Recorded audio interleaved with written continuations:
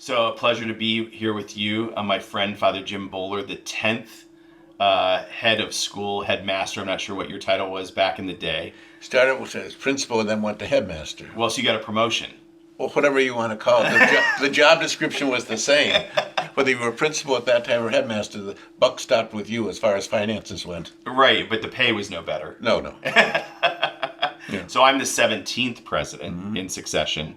And except for, I think, Tom McGillicuddy's interim year, the first lay full-time leader of prep. Yeah. So we're separated by, let's see, what were your years? 76 to 83. 76 to 83, right? So we're separated by almost 30 years. That's unbelievable. Yeah. But aside from your time as head of the school, so maybe just talk about your formation in Jesuit life, getting to prep. That's a fascinating story. When I left prep as a regent in 1969, I went to graduate school in educational administration and went to BU.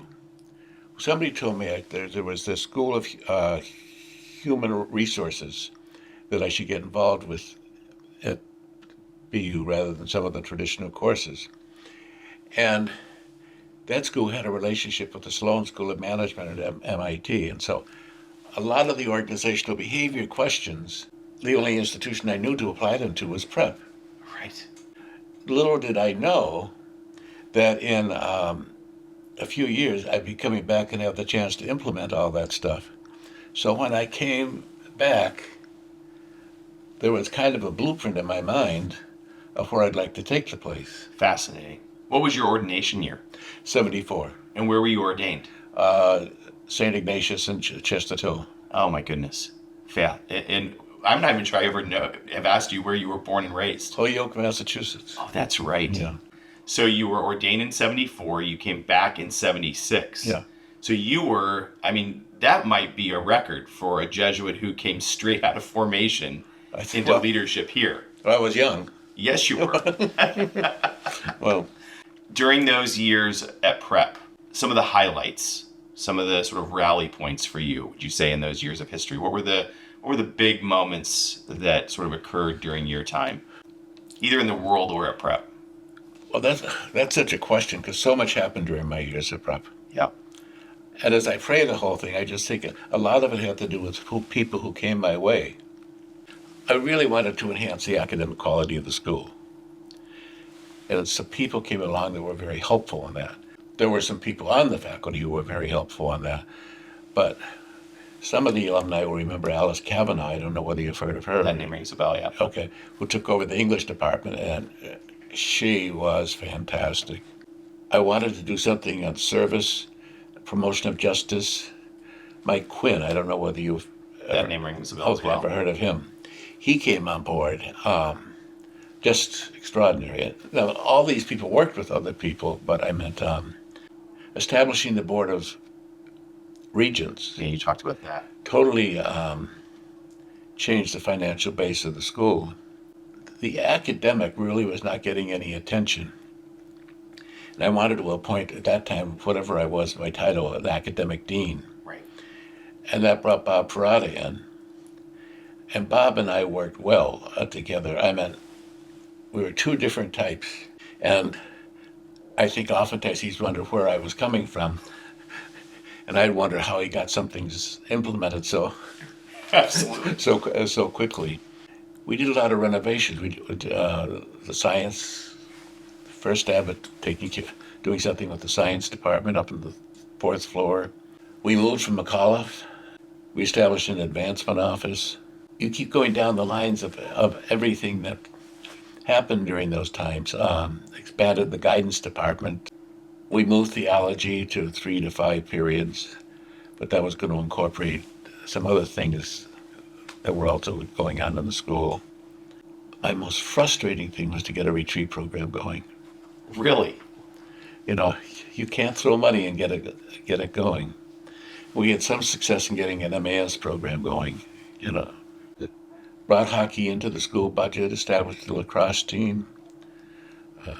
Football always remained superb under Earl Avery. Sure. Was Joe Brosley still here when you were there, or Yes. he retired? No, he was here, taught math, taught Algebra 1. Yep. So there were really fun years, especially fun years that I really, subsequently, but even at the time, felt God's presence with me. As you know, I came into a school where Ray Powers was really loved, and people had no idea that he was leaving society. And I made a retreat beforehand and kind of made a covenant with, or Jesus made a covenant with me that as long as I pushed the school on the faith that there's justice dimension, he would be there. And that's how things worked out. What a decisive time that you were here. And I think now, we can only probably understand it, right? In retrospect, you laid groundwork that bore fruit even to this day. I mean, when I think about retreat programs and service programs, the academic life of this school, and also we were talking as we were walking around today, the number of legends that you hired who are just now retiring. I mean, Dr. Donna Andrade, Bob Ford, Colleen Keltos, Tony Canuel. Did you hire Bob Parada? No, he was teaching Spanish. But you put him in the position of academic dean. So, I mean, you really built a team that carried the school through 3 incredible decades. And then you stayed connected as well. Yeah. So after prep, where did you go? After prep, I went to tertianship. Okay. Well, when I left prep, I loved it. I loved administration and everything like that. But I really wanted to get into psychology and spirituality. And I had discerned that for a couple of years. I was just about to go into my long retreat at prep, and I was asked to pray about becoming president of Cheverus High School in Portland, Maine. To make a long story short, after tertianship, I ended up as president of Cheverus High School in Portland, Maine, with a totally different administrative structure. I think some of the worst years of my life. And I think one of the reasons for that was that that's not the direction God wanted me to go in. God really wanted me to go into psychology and spirituality. And so interesting. Was Cheverus co-ed in those days? No. Had it gone co-ed yet? No. I wanted to go back to something too that we had talked about. You mentioned, I don't think I ever knew in our conversations, that you taught a class while you were head of prep. What did you teach? Theology. Ended up something about Ignatius, and some interesting people were in that class. Do you know Trot Keller? Oh, sure. Well, that's Great prep grad. That's where he got his background in Ignatian spirituality. Oh, so he can blame you. Yes, he does. So, do you remember what grade level that was? That's juniors or seniors? Juniors and seniors. Oh, that's great. Yeah. So, was it an elective that you taught, or was it a theology? A theology elective. Okay. I don't know whether they have theology electives. We do have some. Yeah, we have the 4 required years. That was also interesting to hear you say that theology went to a full-time 5 days in the week, because I had forgotten that there was that time when it was not was it like a partial credit, or it wasn't? 3. It didn't meet every day. It was 3 times. So you made that change. Yeah. So you had one cohort of boys that you taught, which was great, because then you knew you had your people you knew. How did that help? All I had to do was go down and stand in the cafeteria, and people would come up to me and tell me things that were going on in my school that I just as soon not know about. But I guess I appreciated at least having the knowledge. Oh, that's great. Was John Brennan Dean of Men during your time? Or Dean of Students? He was. I hired John, and I hired him as a guidance counselor. Okay. Well, I put a house system in for each year, and each house had their own SA dean and guidance counselor. Okay. And John was guidance counselor to the sophomores, but then the opening came in dean of students, and I put him into it. Another legend that you hired. I think John served 42 years before he retired. Yeah.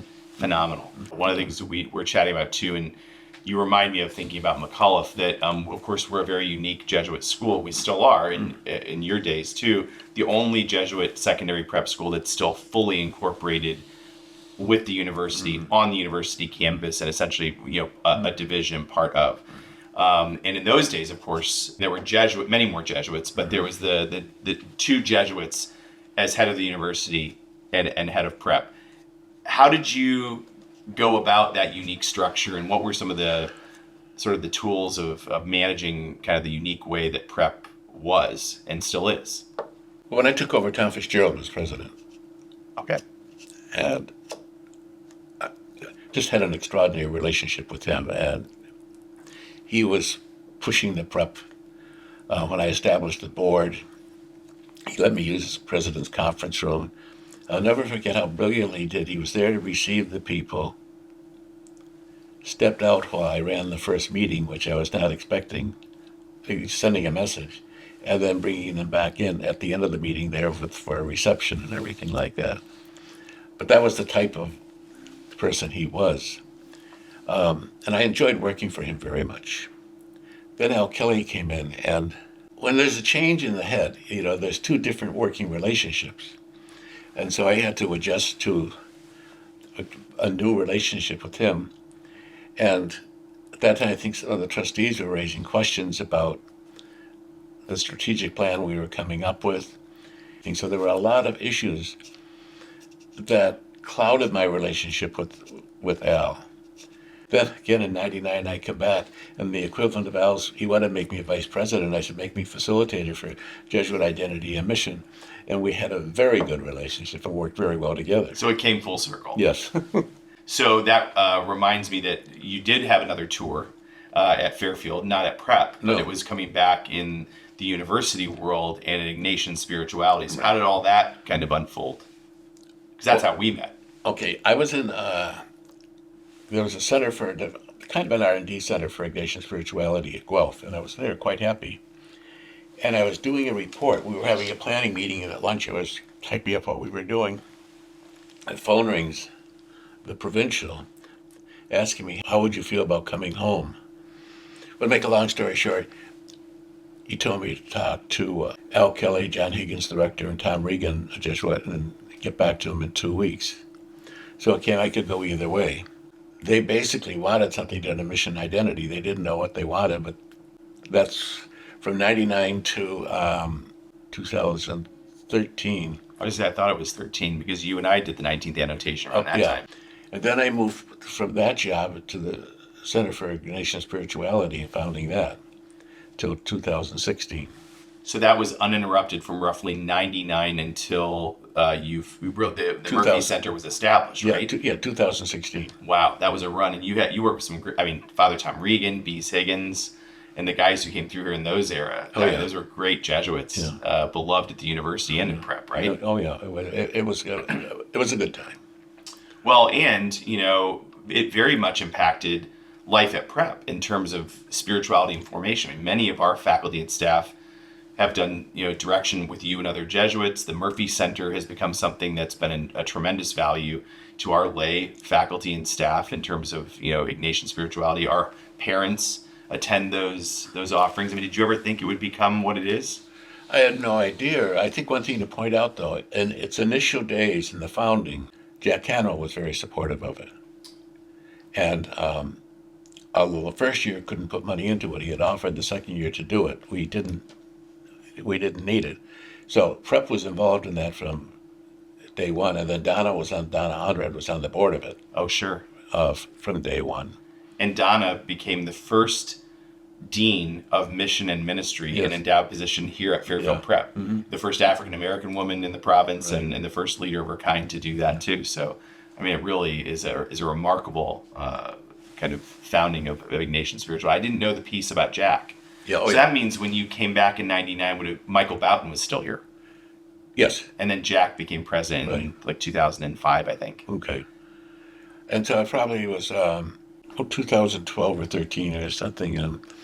Home we had the initial kickoff dinner to announce the center and everything like that. Jack was there. I met he was on board from the beginning. I have a memory, and I don't know if we've ever talked about this, of I think it was maybe a Jamaica immersion trip that Elliot Gualtier and I were leading. And we had a mass to send the boys off before we were going on a summer. It was probably circa 2012-13 in there when you were talking about, and you came and offered the mass for us with the boys. And I remember you saying at that event how moved you were that lay faculty and leaders were so involved in the charism of Ignatian spirituality. And I'm wondering if you have a sense of sort of where you feel we are in this time of lay collaboration and sharing the charism which you've been so involved in. It's something I have strong feelings on, beginning with the Second Vatican Council, great emphasis was put on the role of lay people in the church. And a lot of Paul Lakeland, who we were celebrating last night, his work has been on the role of lay people in the church.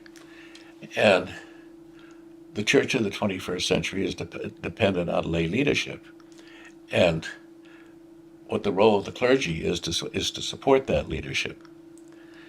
So everybody's lamenting a decline of vocations and everything, rather than looking forward to, okay, what might the Spirit be saying to us, and especially about the role of the laity, formation of the laity. So back then when I saw something like that, I think what it tapped in me was a vision I had of lay ministry, but also the sacrifice you and Elliot were making with your families and everything like that to go on that trip to Jamaica. Just incredible sacrifice the faculty here made for mission when I was here. But the church is going through a major revolution in this whole area. I've always, when I was at Prep and since then, have just viewed my role as supporting lay people in their ministry, collaborating with non-Jesuits. It's something I feel very strongly about, and which is called for in the documents of the last 3 general congregations of the Society of Jesus. So I look upon it as opportunity rather than as something being lost. But I think we have to look at how are we going to support non-Jesuits in their ministry. And as I was saying earlier today, what type of commitment are we making to those non-Jesuits who throw themselves in with our ministry? Well, I appreciate all that you've offered. I mean, of course, as a friend and someone who's worked with you in Ignatian spirituality, I'm personally grateful. But I'm grateful as the director of this work for what you've provided, in your own work and ministry, which still bears fruit today. And I would say, to your point about the congregations and the Second Vatican Council, I think Ignatius gave us instruction here, right? I mean, he intended for lay people, to experience this way of proceeding, men and women. And he directed men and women in addition to Jesuits. And so in that way, I feel there's a vibrancy now, which I know gives me hope. And I'm so glad that we've had this journey with you, and that God led you to and from Prep and to Fairfield in ways that I think will continue to bear fruit and certainly have helped form us. So I offer my gratitude and my thanks to you and for being a leader and a great Jesuit and friend to us. And I think I just take great consolation as somebody like yourself as head of Prep. Thank you, Jim. Your press is extraordinary, and Prep is very fortunate to have you. Well, we're fortunate to have you. Thank you, and God bless. Okay, good. Thank you. Thank you.